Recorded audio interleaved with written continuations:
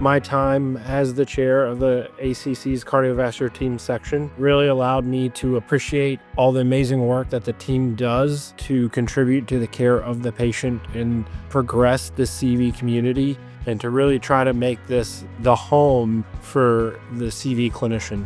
It is clear that healthcare is a team-based sport. I think it's important as healthcare, and cardiology specifically, has gotten so complex and multifaceted. It requires a diversity of thought and diversity of opinion and diversity of skills. And I think that's where the team model and having the team be engaged in this process is really critical as we introduce new layers into the paradigm of managing patients with cardiovascular disease.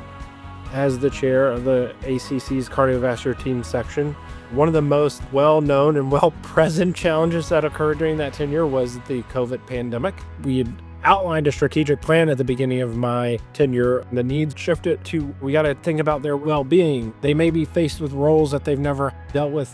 How do we connect everybody? How do we make sure that they still get the information that they need? And most importantly, how do they feel engaged into a community that has now become virtual?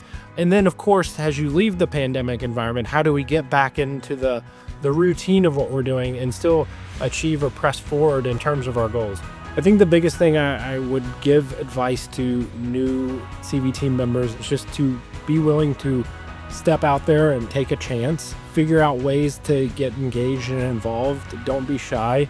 My vision for the future of cardiology and team-based care is how do we continue to make things better? The ability to connect various people's backgrounds and interests and skill sets together to solve problems for our patients that are experiencing cardiovascular disease, and how do we make sure that they're not falling through the cracks, no matter who they are, what their background is in terms of their patient journey. But I think my biggest motivation is just positive change, and how do we achieve positive change?